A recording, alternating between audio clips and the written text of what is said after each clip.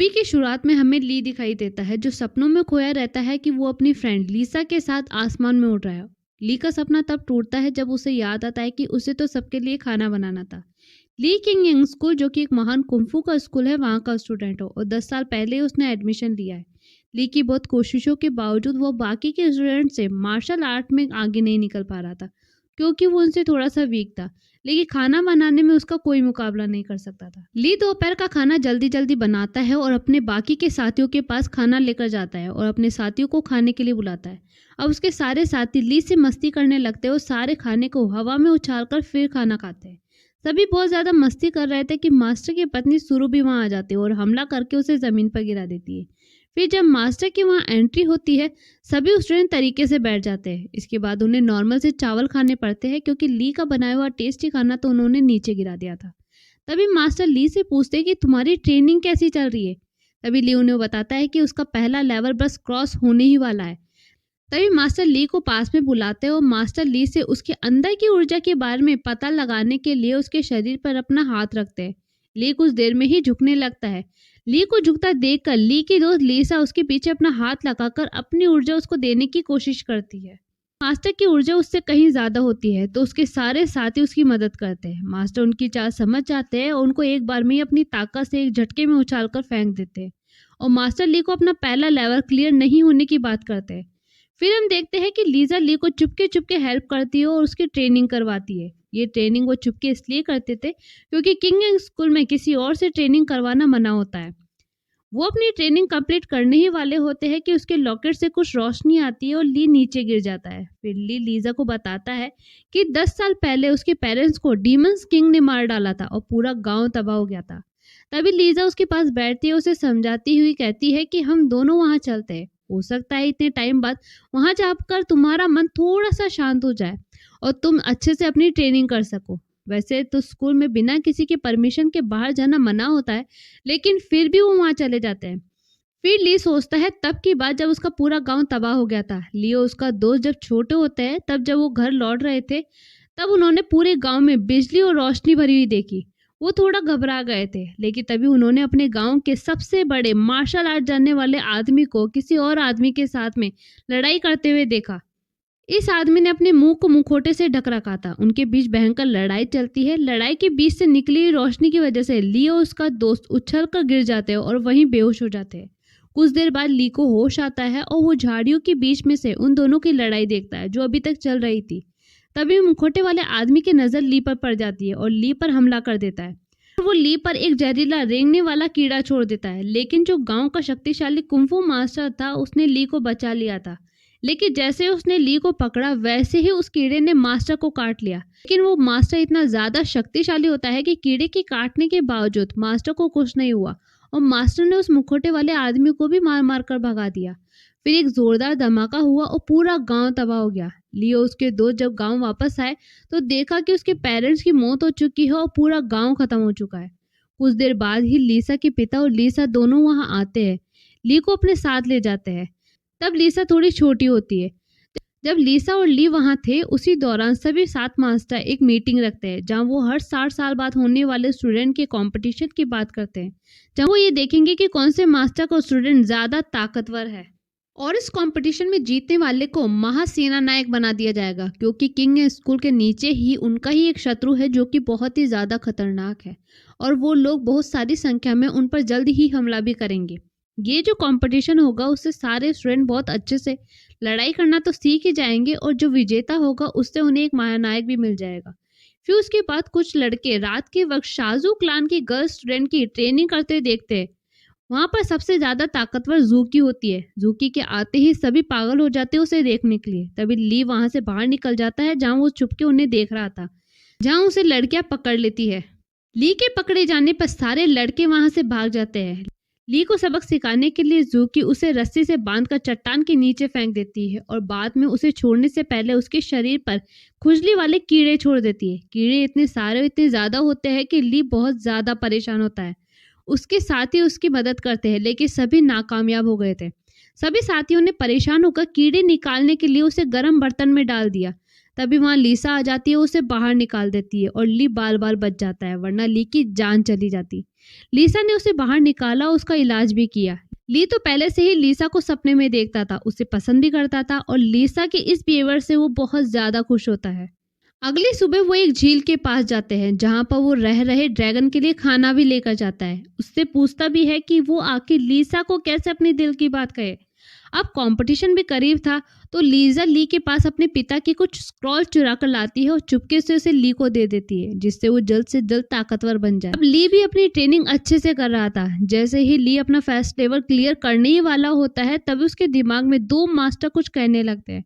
उसका जो लॉकेट होता है वो फिर से तेज रोशनी के साथ बहुत गर्म हो जाता है। वो इतना ज्यादा गर्म हो जाता है कि ली को तकलीफ होने लगती है।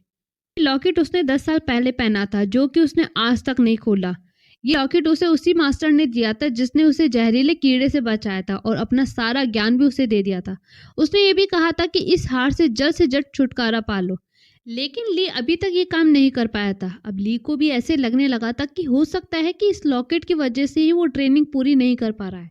इसी शक के चलते वो अपना लॉकेट फेंकने लगता है। जैसे उसने लॉकेट को फेंकना चाहा, एक बंदर वहां आकर लॉकेट को छीनने लगता है। ली वहां से भाग जाता है और नदी में कूद जाता है। नदी में कूदते ही वो लॉकेट उसे और गहराई में खींचता चला जाता है। नीचे उसे एक चमकीली चीज दिखती है। पहले लॉकेट उसकी तरफ बढ़ता है, फिर अचानक अपना रास्ता बदलकर ली को पानी के ऊपर ले आता है। पानी के ऊपर आते ही लॉकेट को बंदर चुराने के लिए फिर से आ जाता है और उसके हाथ पर काट लेता है। ली उसे धक्का मारकर दूर फेंक देता है। जैसे ही ली का खून लॉकेट पर लगता है, नदी में से छड़ी बाहर निकलती है और आसमान में अंधेरा छा जाता है और वो छड़ी हवा में उड़ने लगती है। ली के हाथ से उसका लॉकेट भी जाकर उस छड़ी में मिल जाता है। सभी मास्टर भी आसमान में देख रहे थे। वो समझ गए थे कि ये ब्लड सकिंग पर्ल नाम का खतरनाक हथियार है और फिर से जाग उठा है। ये ब्लड सकिंग पर्ल उनके दुश्मन डीमंस किंग का हथियार था, जो उससे छीन कर छुपा दिया गया था और तभी से डीमंस किंग उसे ढूंढ रहा है। अब जब ये छड़ी फिर से आजाद हुई है, तो हो सकता है कि डीमंस किंग भी धरती के अंदर से बाहर आकर उस हथियार को लेने की कोशिश करे। इसके बाद छड़ी ली के पास चली जाती है। छड़ी लेकर ली जाने ही लगता है, तभी एक लड़की अपना मुंह छिपाकर उससे वहां उस छड़ी को छीनने लगती है। ये छड़ी को नहीं छोड़ता है। तभी वहां लीसा और जूकी आ जाती है और उस अजनबी लड़की को वहां से भगा देती है।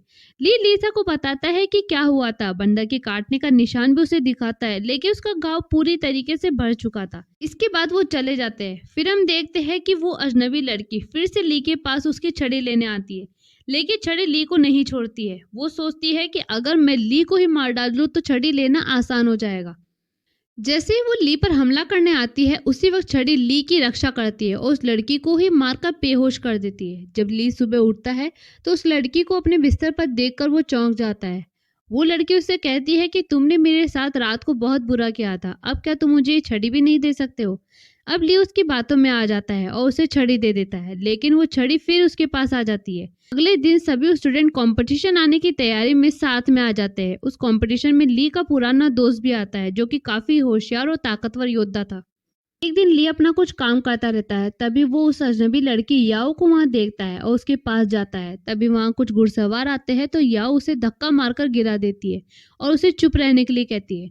घुड़सवार के जाने के बाद वो ली से छड़ी मांगती है, लेकिन ली उसे बताता है कि उसने छड़ी अपने घर पर रखी है। इस बात पर वो ली को चांटा मारकर चली जाती है, लेकिन छड़ी तो ली की रक्षा करने के लिए वहां उसके पास आ जाती है। अब एक दिन जब ली बाहर काम कर रहा था, तब उसने लीसा को किसी और लड़के के साथ देखा और उससे बहुत ज्यादा दुख हुआ। लीसा अपने बॉयफ्रेंड के बारे में ली को बताती है और इस बात से अनजान कि ली तो उसे पहले से ही पसंद करता था। बाद में वो परेशान होकर चट्टान के पास जाता है और चिल्ला चिल्ला कर अपनी सारी बात कह देता है। जहाँ उसके दोस्त भी होते हैं, वो पूरी बात सुन लेते हैं। ली शर्म के मारे वहां से निकल जाता है, लेकिन रास्ते में घुड़सवार उसके पीछे लग जाते हैं। जहाँ याओ भी उससे मिलती है। दोनों ही गुफा में जाकर छुप जाते हैं। वहां ली उससे पूछता है कि तुम यहाँ क्या कर रही हो, तो याओ उसे बताती है कि वो यहाँ पर अपने मास्टर से छुपके आई है, क्योंकि उसने कोई नियम तोड़ दिया था।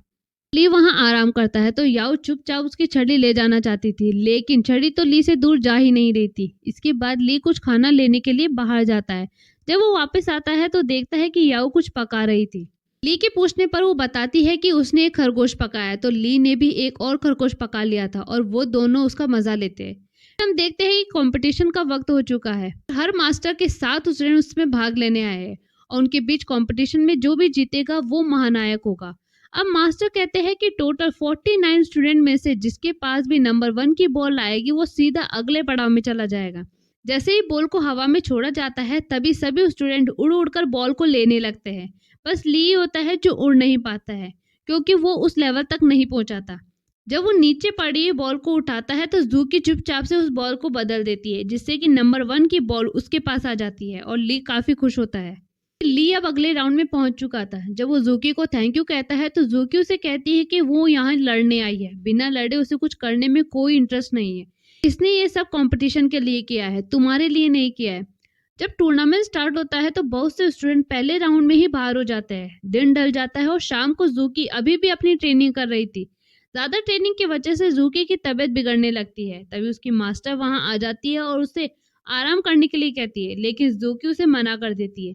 कहती है कि वो किसी भी हालत में जीतना चाहती है क्योंकि उसकी मास्टर कमजोर हो रही थी। इस पड़ाव में जूकी अपने सामने वाले व्यक्ति को हरा देती है और उसे देखकर सब घबरा जाते हैं। अब बारी ली की थी।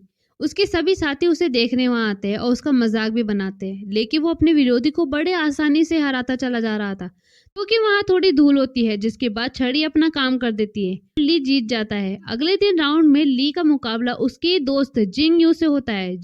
जिंगयू को लगता है कि ली उसका मुकाबला नहीं कर पाएगा, इसलिए उसने उसे पहले वार करने को कहा, लेकिन ली की छड़ी ने जिंगयू पर हमला करके उसे हरा दिया था। जिंगयू बहुत गुस्सा होता है कि ली ने अपनी ताकत उससे छुपा कर रखी थी और वो ली से दोस्ती तोड़कर चला जाता है।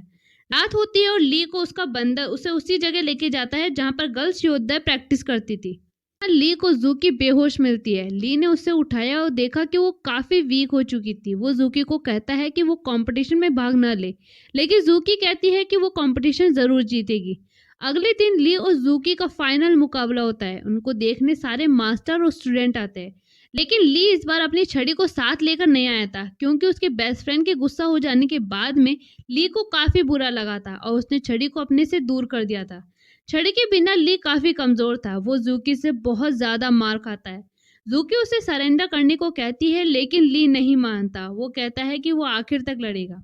अब कंपटीशन को खत्म करने के लिए जूकी ने ली पर तलवार से वार करने का सोचा, लेकिन ली की छड़ी उसे बचाने के लिए आ जाती है क्योंकि छड़ी अपने मालिक को मरता हुआ नहीं देख सकती थी। छड़ी को छूते ही ली के सारे घाव ठीक हो जाते हैं। उसके बाद छड़ी अपना कमाल दिखाना शुरू करती है और जूकी के ऊपर एक के बाद एक हमला करती है, लेकिन जूकी तो पहले से ही काफी वीक थी, तो लड़ाई के दौरान उसके नाक से खून बहने लगता है, जिससे ली अपनी छड़ी को बीच में ही रोक देता है।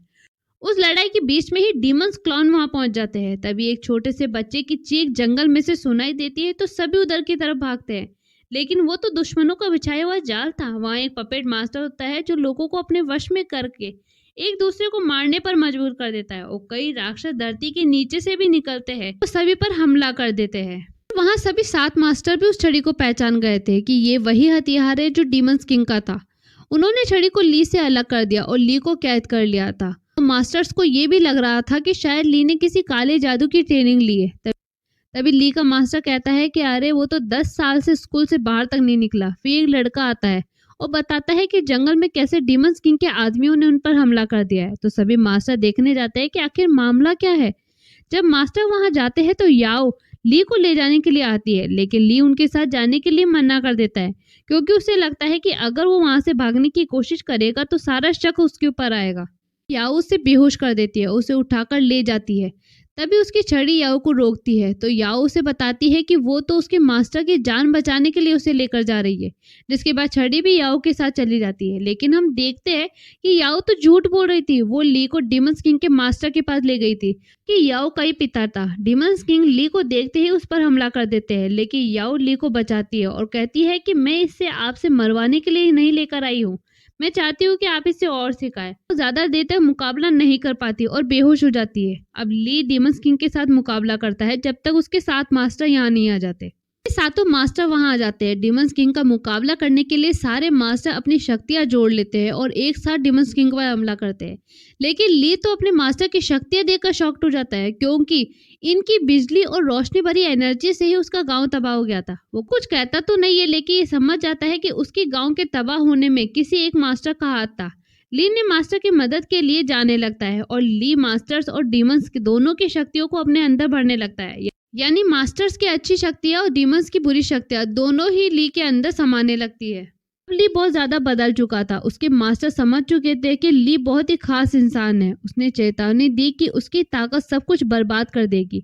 ली के मास्टर को लगता है कि अब उसे मारना ही ठीक होगा, तो सभी मास्टर ली पर हमला कर देते हैं। ऐसे में ली भी उन पर हमला कर देता है। ली में इतनी ज़्यादा ताकत होती है कि वो तिनके की तरह उन्हें उड़ा देता है। वो अपने मास्टर को मारने ही वाला होता है कि लीसा बीच में आ जाती है और उससे उसे चोट लग जाती है।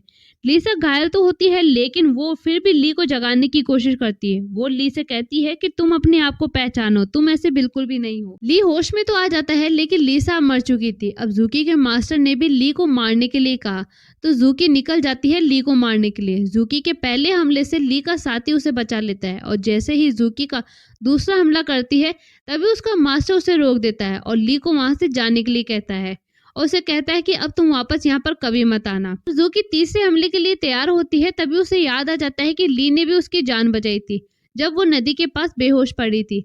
अब जूकी ने ली को जाने दिया था। ली याओ को, जो कि बेहोश होती है, उसे उठाकर उड़ जाता है और उसे प्रॉमिस करता है कि वो उसे ऐसी जगह ले जाएगा जहाँ उसे कोई नहीं ढूंढ पाएगा, और यहीं ये मूवी खत्म हो जाती है।